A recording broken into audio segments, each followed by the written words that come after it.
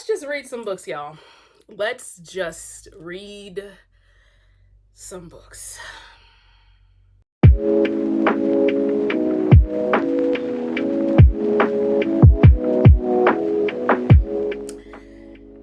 So, you know by now that I forgot my microphone is what you know by now. Hey, cool kids. So you know by now that Donald Trump is projected to be the next president of the United States. And if you're here, it's probably because you're not too happy about that.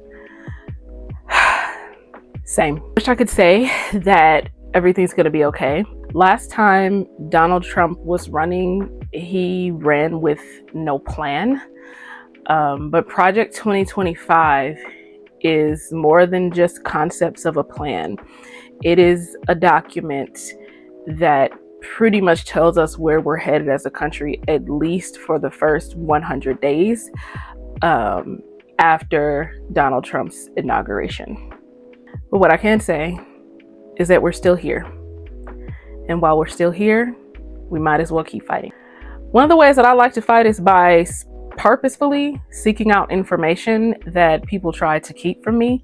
So now that Donald Trump is elected, here's some books that I think you should read. First one is called American Government 101. I actually got this one at my local Five Below, and I've been to several other Five Belows in my area, and they have also had it. So you can get this book for $5. This truly is a reference book for everything you need to know about the US government. It says from the Continental Congress to the Iowa Caucus, everything you need to know about US politics. And I would agree. Everything in this book is something that you need to know as someone who wants to be informed about how laws work, how policies work, how Congress works. It's written in a really accessible way. There's even an index to certain parts that you might need to know or might need to look at more closely. This is going to be a really important reference moving forward because there are a lot of people who are really activated politically and they want to get involved, but they don't really know how because they don't have a whole lot of base knowledge of how the government works. And if that's you, or if that's someone you know, even if this is not you or someone you know, this is a book that has to be on your shelf. I love reference books, and as far as a basic political reference book, this is a really good one. This next book is for someone who is looking for a glimmer of hope. You're looking for a book that you can always grab when you're watching the news or doom scrolling online and run into yet another awful effect of a Donald Trump presidency. Radical Hope, Letters of Love and Dissent in Dangerous Times. This book was actually written after Donald Trump's first presidency. It was published in May 2017. Immediately after Donald Trump's first inauguration, they got to work on this book. This book is a collection of letters from politicians, from activists, from political thinkers, from writers that tell you how to have radical hope in times like this. It was a really important book for me. It's something that I often recommended to my students. And it's an anthology or a collection by different authors. And if you know me, I'm always gonna recommend a good anthology because at the end of the day, they're a really good value for your money. You get to hear from a lot of different authors, either on the same topic or on similar topics. And maybe you can discover an author that you want to read more of or that you want to learn more about. So I'm always going to recommend an anthology. And right now, Radical Hope is one you need to go get. All of these books are extremely relevant to the times that we're living in right now. But if there was one that I would put a little bit ahead as most relevant, it would be this next one. How Fascism Works, The Politics of Us and Them. Shout out to thrift stores. Thrift stores have really good books, and this is where I got my copy. You want to know what I love? I love when somebody is in their bag when they're writing, when you can tell that they are firing on all cylinders, when they are really trying hard to dig deep and write something that is going to reach and help people. When you read How Fascism Works, Jason Stanley was in that type of bag. Absolutely. He's pulling on all types of knowledge to talk about what he calls the 10 pillars of fascist politics. Like, there are 10 very critical ways that fascism all across the globe, not just in America, separate people between us and them, so that these fascist governments can do whatever they want to them, knowing that the us won't say or do anything about it. This was published in 2018, so this is another book that comes in the middle of Donald Trump's first presidency. And in 2020, Jason Stanley wrote a new preface to this book, and I think that that is worth a read all by itself. This is short, it's punchy, it's accessible, and right now it's probably the most important book that you should have on your shelf if you don't already. I also think that this is one of those books that should serve as a workbook. Like, if you have a reading journal, this is the book that you should really take some time and reflect on each chapter. You should be asking yourself, what parts of this am I seeing in America right now? What parts of this am I hearing from media right now? What parts of this apply to my life?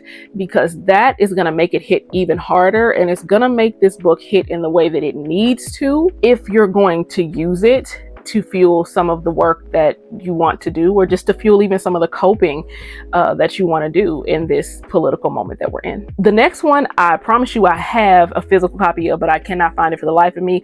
And that is because I take it everywhere and I read it everywhere. The next book that I'm going to talk about is Why We Can't Wait by Dr. Martin Luther King Jr. The book was published in 1964. So we are on the 60, Jamila. It's 60. It's 60. 60th or 70th? 60th, 70th? Don't give me the line. The book of essays, I think it's another really accessible, really short read. Read one chapter and read another chapter and then bounce back to the second chapter and not feel like you're scattered all over the place. If you're familiar with that quote from Martin Luther King about the white moderate, if you're familiar with Dr. King's letter from Birmingham jail, that's in this book. Why We Can't Wait is unfortunately one of those texts that is looking like it's always going to be relevant. It's looking like it's always going to be relevant. There are some pages that you're going to look at and go, I cannot believe this is a 70-year-old page. I cannot believe that I'm reading something that was not written last year. The last three books I'm going to talk about are books that are not necessarily meant for adults, but I think adults should definitely have access to them. So first up, we got the ABCs of Black history. Second up, we got the ABCs of queer history. These books are necessary. These are definitely what I would call like library story time books, because honestly, that's how I encountered them, at a library story time. I also encountered them on the ACLU's list of banned books. I think we always have to be thinking of the generation that's coming behind us. Side note, which also made me really sad. There are so many people who were too young to vote in 2016, or were too young to understand the severity of Trump's first presidency. I really hate that they have to experience that severity now as adults, because I was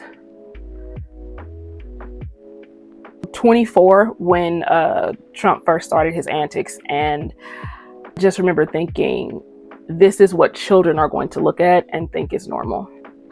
So Gen Z, Gen Alpha, if you're watching this, millennials are here for you.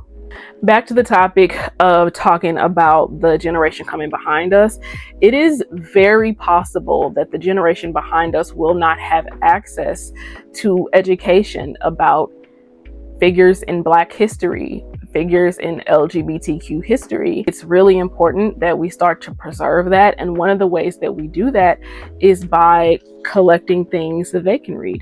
I also think that these are good coffee table books for adults to read. The internet loves to hem and haw about how the average reading level in America is super low, or like 7th or 8th grade reading level for adults, but then we'll clown adults for reading books that are catered towards 7th, 8th, 9th grade reading levels. I also think that YA books in particular, or young adult books in particular, can really be helpful, especially when we want people to grow their literacy, right? Speaking of, I'm doing this because I love it. This is a YA novel called Unbecoming by Dr. Seema Yasmin. I had the pleasure of meeting Dr. Seema on my ACLU bus tour, and quite honestly, she's brilliant. You have to read anything, absolutely anything that she puts to paper. I'm going to recommend that you read it. It's 2019. Abortion has just been outlawed completely, and a hijabi girl and her friend got to go on a mission to find a taco truck that still does the procedure because she is a pregnant teenager. Come on now. Come on. I was like, Dr. Seema, are you psychic? Because, and it's in Texas. There are so many people in this book, so many concepts in this book, so many themes in this book that most people don't develop a lot of empathy for. Hijabi women specifically, Muslim young women specifically, the concept of getting an abortion, living in the South, because a lot of people think that when you live in the South, then that means everybody's backwards, and so we all get what's coming to us. But this is not their story. That's not their story. The story also explores the theme of friendship, particularly friendship between girls, in a really refreshingly healthy way. This is billed as a YA novel, but it's gonna be on my list for everybody. Absolutely everybody. I'm losing light. Oh no. Whoa, one more book. For a lot of us, the last 4 or 5 years, and even the last 18 or so months, really pushed us forward into like doing something. Like, I don't know what I want to do, but I want to do something. But one of the first things I always suggest is showing up for your friends and showing up for your neighbors. And so the book, How We Show Up, it's a critical read. It's something that you really need to, again, read as a workbook. Read it and journal about it. Read it and write in it. Read it and journal through it, because we are all we have. We are all we have out here, and we are going to need to learn how to show up for each other. If you would like more in-depth reviews on any of these books, let me know. I will leave links to where you can get all of these books in the description bar below. Be sure to follow me on all of my platforms, because I might even start doing mini reviews of certain books that I really feel like people need to grab the information from. It's going to be a bumpy ride. So get your book, kick up your feet, and at the very least, let's try to read our way through it. All right, cool kids. Bye.